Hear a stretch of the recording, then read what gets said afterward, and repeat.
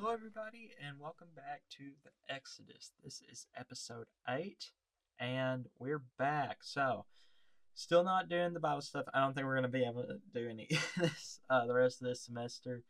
It's just too much work, and I've just got so much going on. So, we're just going to keep doing these easy ones, I suppose. I don't have a ton to talk about today, so we're going to really be stretching it. So, okay.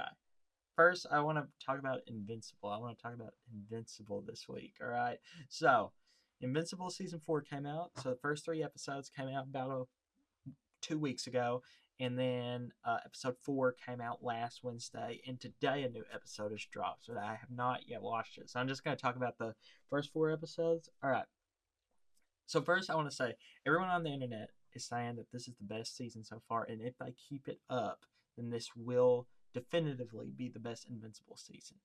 And to that, I say that's crazy. To me, this has by far been the worst Invincible season so far. I don't know why. I guess I just have a different view on the show somehow, but it's just I don't know. I think this season's been so weak. So episode 1 here. I'm gonna go ahead and pull up these so I can kind of have the synopsis in front of me. But uh, everyone is saying that episode 4 is their least favorite of these 4 that have come out so far. And I'll be honest, I kind of like episode 4. I felt like it's the only one that we've really gotten any character development. And I feel like the rest are just kind of nothing episodes. So the first episode is first episode's called Making the World a Better Place. Okay, so what does this episode do? Well, essentially it shows them like it shows Mark going around saving people, but like everyone's kind of mad at him, and it's because of the Invincible War, because all the people who came through looked like him, and so now they're thinking, oh crud, this guy is bad news. We're gonna, we don't like him anymore. So it's kind of showing that he's like kind of upset. And then like B plot is that Eve is starting to lose her powers. I'm not sure if you guys remember, but at the end of season 3, she makes some sort of construct and it like dissolves into this like rainbow goo or something, and that's happening. So she's losing her powers. So we got those two things going on, and both are pretty interesting things on their own. It's a pretty I think it's an interesting thing they're setting up. I think it's cool that, because of the Invincible War, everyone's mad at Mark. I think that's kind of a cool storyline to go with. And I think it's cool that Eve is losing her powers. I think that's an interesting thing to do as well. Okay, so I think both of the things are cool, right? I just don't think they go anywhere. So here's what's kind of happening. So at the end of season 3, uh, Mark said, if I had actually killed some of these villains, this wouldn't be happening. So I need to kill. He's basically breaking this no kill rule he has in place for himself. And so at the end of season 3, we kind of hear him say, like, I will now do what is necessary to protect my family. I will not hold back anymore. Okay. So he says that. And, that's certainly an interesting I think there's a very interesting plot line. Someone who doesn't kill saying they are going to. See how that affects it. See if I'd be curious to see if the story is going to write it as killing is a good thing in this situation, or if he needs to go back to his old ways of not killing. Okay, so all this is happening, and a character attacks some dinosaur dude. Is weird. Is kind of lame. And Invincible gets his butt handed to him for a minute, but finally he wins. And he nearly kills the guy. Even after he's like turned back into a human and acts like I don't know what's been going on. So we're kind of seeing that Mark is kind of almost cracking, like he's not he's not quite stable, right? And so that kind of leads into a storyline with Cecil. But I don't want to recap every episode. That's not really what I want to do this week. It's more I just want to say that there's signs of a very interesting story. Obviously, he's kind of mentally unwell because of all the stuff that happened with the Invincible War and Conquest and Angstrom, and so he feels like he needs to go the next step of taking care of these threats permanently. but then we see him kind of take care of threats permanently that probably don't need to be. He did not need to threaten to kill this guy. There was no reason to do that. And then the climax of episode 1 is that um the I can't remember their names. So the aliens that invaded in season 1, they're the ones that get really old really quickly. They're invading, big deal, like really big deal. And so that's all happening, and Mark is doing pretty good against them. It's insane. He's actually kind of winning a fight. But then he starts losing because of these robots, but then he wins again. He loses every fight. It's awful. This is like a rant episode. I get so angry about this show. But he finds the guy who's being controlled by all of it. And if they don't get rid of him, then dude, scratch that. I'm totally wrong. This is the Sequids. Totally different episode. Sorry, my bad, guys. The Sequids are the ones that are invading. Sequids, it's the most boring storyline in the whole show. Second most, actually, behind something we'll talk about in a minute. But the Sequids are invading, and basically they need a hive mind. And if they stay on one person, then they can stay alive, right? So what's happening is all these Sequids are about to break out and to attack everything and just like cause a bunch of havoc.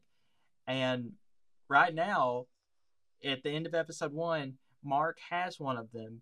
He has him by the neck, and it's like he's scared that if he doesn't kill this guy, then all of them are going to escape. But this is an innocent person, right? Their mind's taken over, but they are an innocent person. So what happens? End of the episode, boom.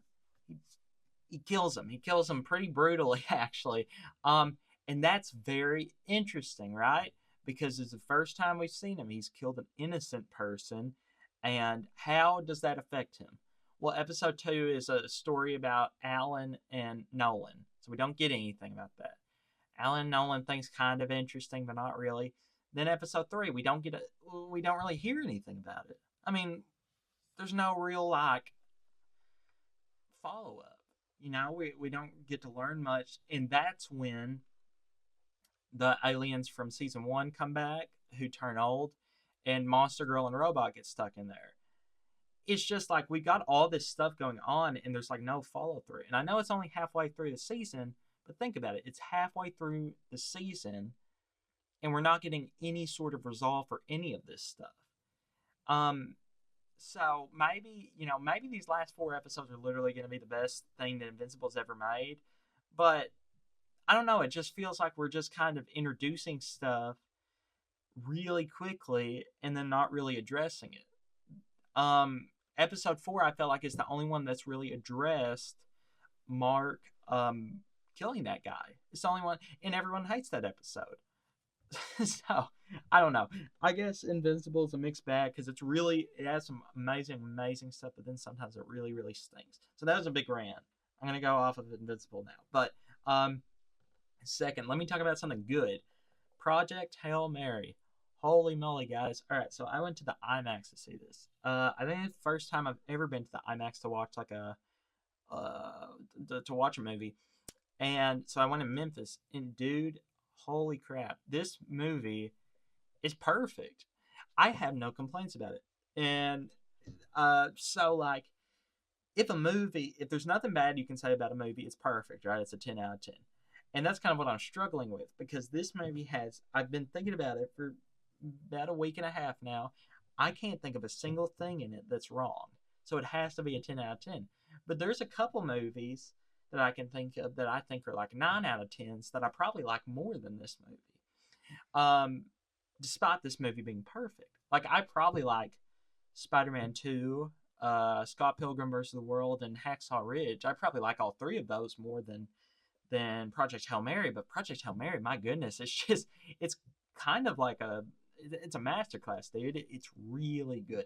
Beautiful. I don't cry a ton during movies, so when one can make me do it, it's like, man, this is really good. It made me cry like twice during that movie, and man, it's just good. It's a beautiful movie. A lot of it's practical effects, which, if you don't know, practical effects is like when they make the set and other stuff that happens in real life rather than using technology to do it. And so, if you can do practical effects, a lot of time it can be good to do it because it gives it a more realistic look. Even if it's something fantastical, having it practically can make it look, all that much better. But yes, that movie was 10 out of 10.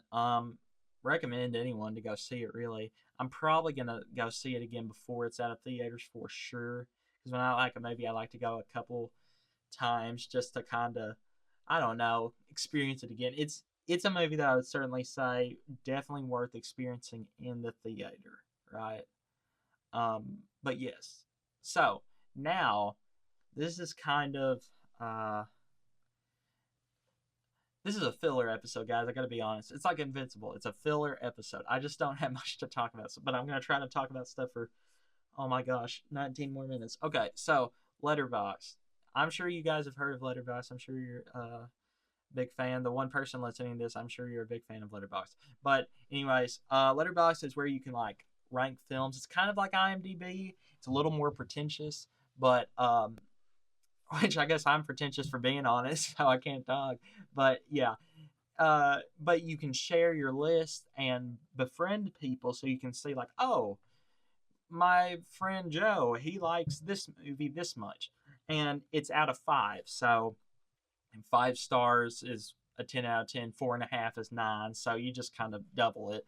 So I was talking to some people the other day here at ACE, and we were all talking about it, and we all kind of decided, okay, let's just get in and start ranking stuff. So I put a bunch of movies on here that I like. Not every movie that I've seen, but about 40 that kind of came to my head pretty quickly.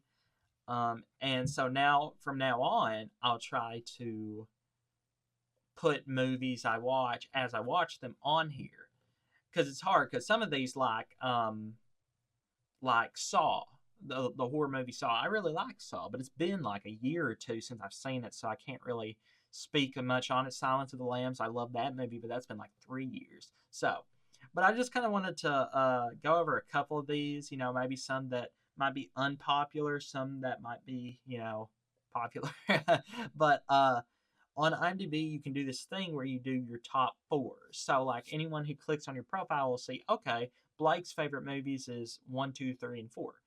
So that's what I did. So my top 4 is Lord of the Rings, Return of the King, Extended, La La Land, 12 Angry Men, and Spider-Man 2. I think I've said that before, but that's my top 4 on here. Just a couple I wanted to like bring up just because I'm not sure I've ever brought them up on here, but just ones that I have ranked on here. I like to kind of sing their praises. Scott Pilgrim vs. the World.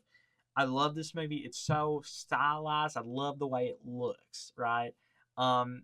It's kind of almost like it does format like a video game and stuff. It's just so appealing to look at. I love this movie. I've probably seen this movie more than any movie ever. Like, just watch over and over again. I really enjoy it. The Batman. I saw this like 3 months ago, so it's pretty fresh for me, and I loved it. Oh my goodness, like it's great. The other 2 Lord of the Rings movies, I gave those 9s out of 10. If I could do 9.5, I'd probably give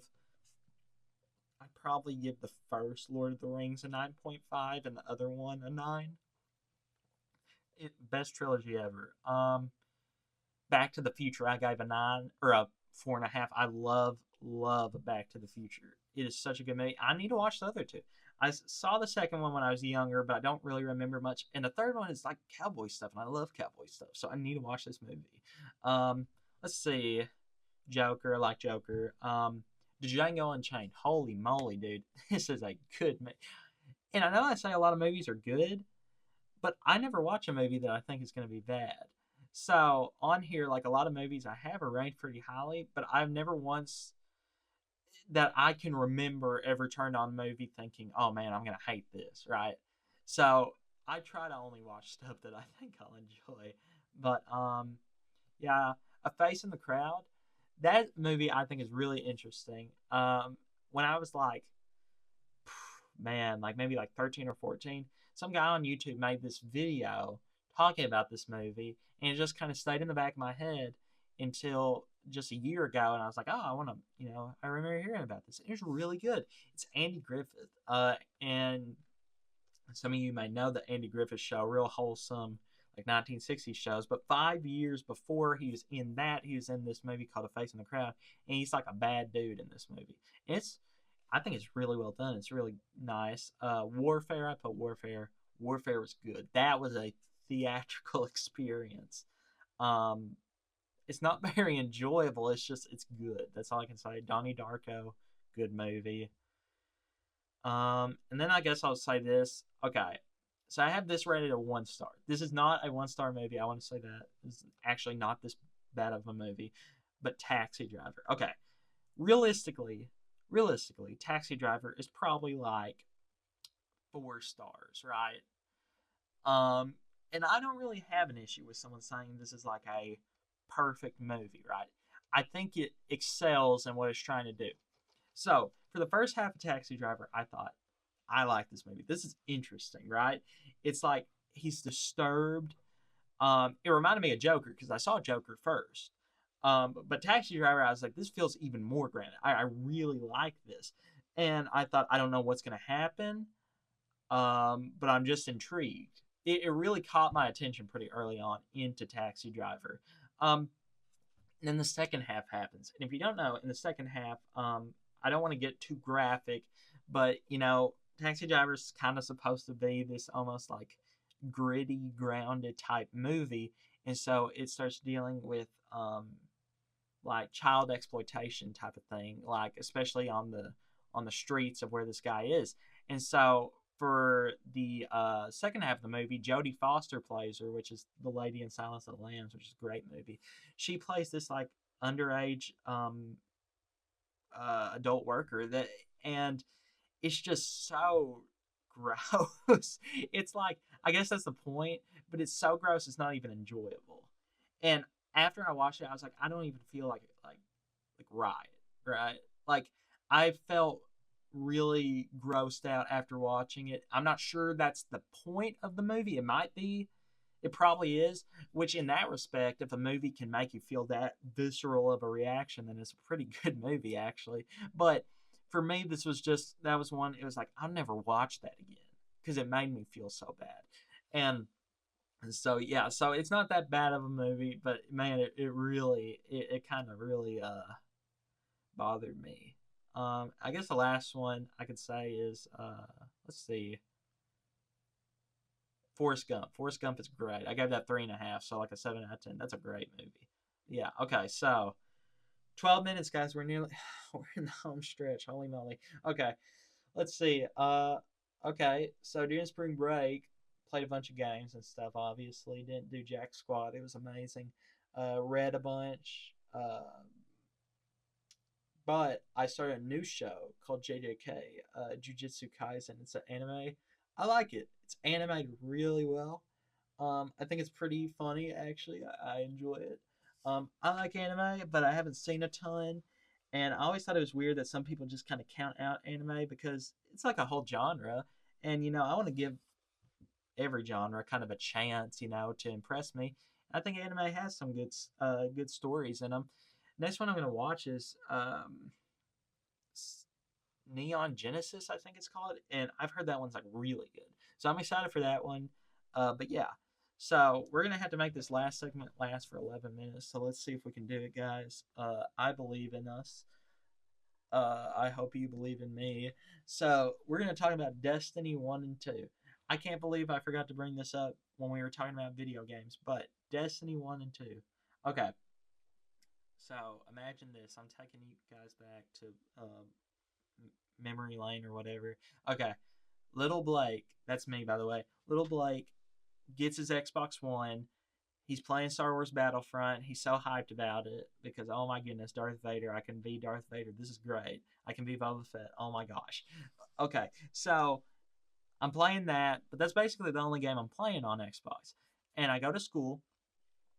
I would have been in elementary school. And my friends are talking about this game called Destiny, and they're like, "This game's really fun, Blake. You need to get this." It's like, I don't know, guys. My mom doesn't let me get stuff with guns in it. You know, so I don't know. I guess it ended up not being that bad. It was rated teen. It really isn't that inappropriate of a game. So she let me get it, and they said you got to get something for it called the Taken King, and the Taken King is a DLC. Um, and when I first bought it, I accidentally just bought the DLC, and I was like real upset, and I had to call Microsoft support. But it ended up working out, and I bought Destiny and the Taken King, and that was so much fun. That is some of the most fun I've ever had playing a game. So Destiny is made by Bungie, and if you don't know, Bungie made Halo. So Destiny is kind of like it's kind of a mix between like Halo and almost like Borderlands. It's that kind of thing. It's set in space. It has, I'll say, it does kind of have that Star Warsy feel to it, um, but it's really interesting. And you can either play as a warlock, a hunter, or a titan. It's basically tank, stealth, or like assault. That's kind of like the three classes. But I just remember being so like in love with that game. It was so much fun. That was one of the first games I ever played that like grinding was just such a big part of it. Just playing the same things over and over again to try and get an item, and it was so much fun in that game. So recently, I got a video, and it was like revisiting Destiny 1 after like 11 years or something. I watched it, I was like, oh my gosh, this game's great. I forgot how much I like this game. And then I remember they made one called Destiny 2. Now, Destiny 2 came out, and I was a little older, because I didn't play Destiny 1 when it first came out. Uh, Destiny 2 probably came out like 2 or 3 years after I started playing Destiny 1. And I was so excited. So I pre ordered it, super hype. I remember playing it, and just it wasn't as fun, right? And Destiny 2 had a lot of flaws. They did this really weird thing. They're still doing it. I don't know why, but they allow you to play the campaign, and the campaign is just a story, right? And Destiny has some pretty interesting story. I'll say that. There's some pretty crummy ones, but there's a couple. Like the Taken King in Destiny 1 is a great story, and I believe it's called Forsaken in Destiny 2. That is an amazing story as well. And what you could do is Destiny 2 was very heavy on DLC content, which means that you have to buy an expansion of a game you've already bought. It's insane. It's criminal how much Destiny 2 does it, and Destiny 2 is one of the like biggest games that does this. Like Destiny does this a lot. Um, but Forsaken came out, and Forsaken was this really good campaign where a character that you really like in these games ends up dying, but it follows him and is really great, right? Well, something Destiny 2 did is they started vaulting campaigns. So, as more campaigns came out and you could buy more, they'd vault old ones. So now, the other day I re downloaded Destiny 2. I cannot play any of those old campaigns. The only way I can know about that story is if I look it up. So they just kept kind of making these decisions that kind of are like chipping away at their game. They just make bad decisions. It's so money. It's such a money hungry game because now Destiny 2 is free. Um, but it's literally like you cannot play it if you're not going to spend money. And so the other day it was on big time sale. I had a gift card, so I was like, okay, I'm just gonna buy Destiny 2, and I'm gonna get these DLC so that I'll have everything, so then I can just play the game like normal. I probably ended up spending like $25, so not too bad. Um, and I'm playing it. It's really fun, but man, they just kind of messed up their game, man. Like it sucks. And so yeah, I really going back to those is like, man, I missed this game. This is really fun. And I last night I was like, I wonder how much Destiny 1 is. Because Destiny 1's their servers are still up. Not many people are going to be on them, but they're still up. And you can buy them off the Xbox store. You can't on computer, which does stink. I hate that. But can on Xbox. So I was like, I'll just buy Destiny 1. Let's see how much it is. $4 for the entire thing, for it and all its DLC. I was like, man, sign me up. So I bought that. So I'll be excited to play through both of those. But yeah, I was just I was happy to come back to Destiny. I think it's really fun. Um, but yeah, okay. So we've got 5 minutes to fill, guys. Let's see, what can we talk about? Um, I finished a book the other day. Hooray! It's called The Legacy of Sovereign Joy. It's basically it compiled these three different guys. So Augustine, Martin Luther, and John Calvin, all three like theologian pastor type dudes, and kind of talked about how they achieved some sense of joy in their life and kind of what God did for them. Pretty short overall, by a guy named John Piper, and he has a bunch of these books. And each one is only like 150 pages, but it covers three different guys and it covers different parts. So one might be, grace or forgiveness or suffering or any sort of thing, right? And upon reading this book, you know, chapter one was very interesting, right? It talked about Augustine. I never even, I heard the name Augustine. I didn't have a clue what he was about. He wrote two books that are very popular. One's called City of God, which I know there's a movie about it. I have no clue if that's has anything to do with his book. It probably doesn't. And then Confessions. Haven't read either of them. I think I want to pick up Confessions next. That sounds interesting. But Augustine, I think, is a very interesting fellow, and I think he has a story unlike other people's. So he was very interesting to hear about. But the Martin Luther one, I've already read about Martin Luther, so that wasn't too interesting. And then John Calvin wasn't just something that just really struck me as super interesting either. Right now, here, let me pull it out of my backpack. Give me a second. Yeah, right now I'm about to read this one book. I know you guys can't see it, my bad. Called The Normal Christian Life by Watchman Nee. Is a noted Chinese Bible teacher.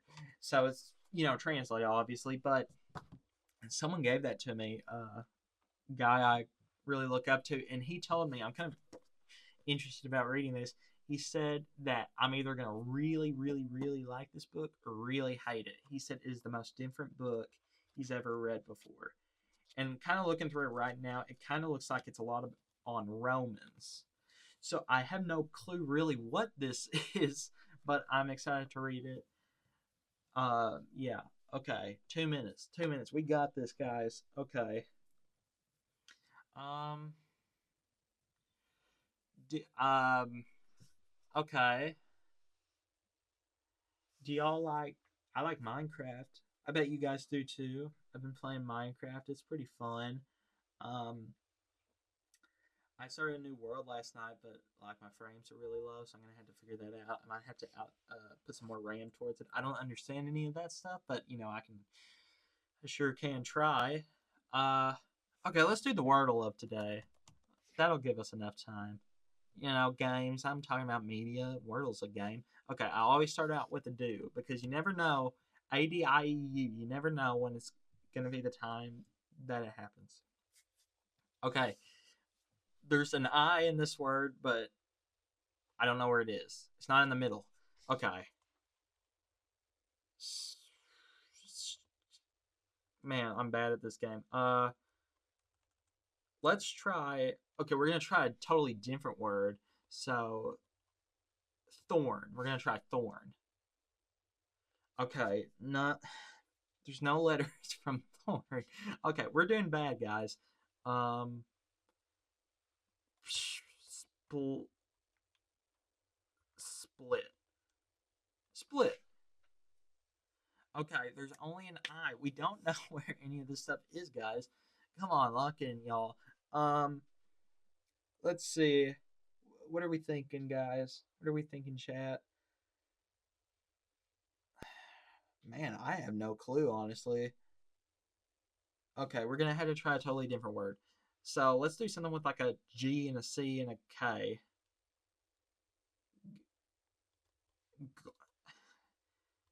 Golfs? I don't know. Okay, there's an F in it. There's an F and an I somewhere in this word. Jiffy? That's a peanut butter. Jiffy. No, it's not. That's Jiffy Lube. My bad, guys. Okay. All right, everybody. Here's the scoop. So there's no J. There's an I as the second letter. There's an F as the first letter, and there's a Y as the last letter. So FY something something Y. And this is our last guess. It can't be 50. That's what I was thinking. Not say that. Fim, Fimmy, Ficky, Ficky. There's no word. There's no way that's a word. Ficky. We'll try it. That's not a word, guys. Okay. I don't know. I'm trying to think, really, honestly. It's not G. Fibify. Fibby? Fibkey? Ficky. I tried Ficky. Why am I trying that again? We're past the time, but I want to get this. Okay, five.